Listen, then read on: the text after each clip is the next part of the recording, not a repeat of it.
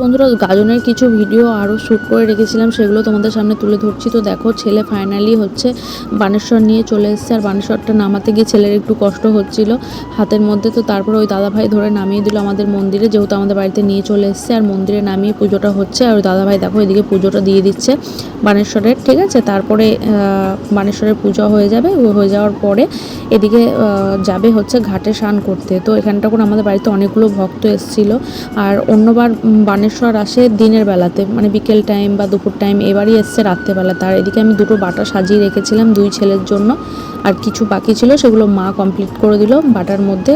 তো তারপরে আমি এখান থেকে জামাটা চেঞ্জ করে বেরিয়ে পড়লাম হচ্ছে বাটা নিয়ে হচ্ছে আমাদের এই লাল দিঘিতে যেখানটা করে পুজো হবে সেখানটা করে। তো তারপরে এদিকে দেখো প্রচুর ভক্তরা ঘাটে নামছে। ঠিক আছে, আর প্রচণ্ড পরিমাণে ঘাটটা অন্ধকার।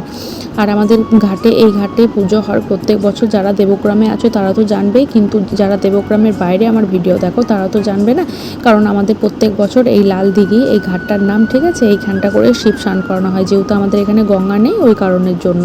তো তারপরে দেখো আমার ছেলে ওখানটা করে দাঁড়িয়ে আছে, দুই ছেলে আছে। ঠিক আছে, আর এদিকে একবার করে দাঁতন করে এই রাত্রেবেলাতে। তো ওরা সব ভক্তরা দাঁতন করছে আর এখানটা করে আর ইয়ে করছে, মানে দাঁড়িয়ে আছে। আর প্রচণ্ড ঘাটে অন্ধকার যা হচ্ছে ওই লাইটের মানে ছাটাতে। আর ওই সাইডে দেখো এই বাড়ির সামনে সবাই বসে আছে, এখানটা করে বাড়ি আছে। আর যত ভক্ত আছে তাদের বাড়ির লোকরা আছে, বাটা নিয়ে বসে আছে, সবাই এক জায়গায় বসে আছি।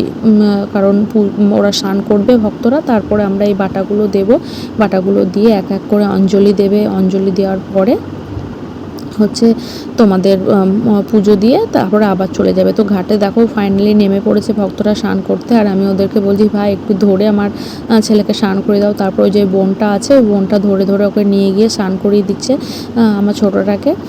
আর এখানটা করে দেখো বানেশ্বর নামিয়েছে। আর এই আটনের মধ্যে বাবা আছেন। ঠিক আছে, আর এই যে দাদা ভাই উনি হচ্ছে মূল সন্ন্যাসী। তো উনি স্নান টান করে শিবটাকে এখন হচ্ছে আটনে বসাবে। তারপরে এখানটা করে পুজো হবে, পুজো করবে উনি, অঞ্জলি টঞ্জলি দেবে। আর এদিকে তারপরে দেওয়া হয়ে গেলে পুরো বাটা টাটা দিয়ে আমি এদিকে বাড়ি চলে এসেছি। আর ফল হচ্ছে বানিয়ে নিচ্ছি আর ছেলেদেরকে দেব খাবার। ঠিক আছে, তো ওরা এই এখন ফল জল করবে, ফল জল করে তারপরে আর এখন কিচ্ছু খাবে না, আবার ভোরবেলায়। তো এইদিকে দেখো আমি ছেলেদেরকে গুড়ের শরবত করে দিয়েছি, তারপরে ফল মিষ্টি এগুলো খাচ্ছে। ছোটোটাকে নিয়ে চলে এসেছি প্রণাম করিয়ে, আর বড়টা এখনও আসছে। ঠিক আছে, আর ওকে আমি এখন খেতে দিয়ে দিচ্ছি হচ্ছে প্রথমে গুড়ের শরবত দিয়ে দিচ্ছি। তো তারপর দেখো ওরা খাওয়া দাওয়া কমপ্লিট করে নিলে আমি হচ্ছে এখান থেকে উঠবো, আবার ভোরবেলায় উঠে তারপরে খেতে দেবো। তো যদি ভিডিওটা ভালো লাগে অবশ্যই লাইক কমেন্ট আর চ্যানেলটা সাবস্ক্রাইব করো বন্ধুরা।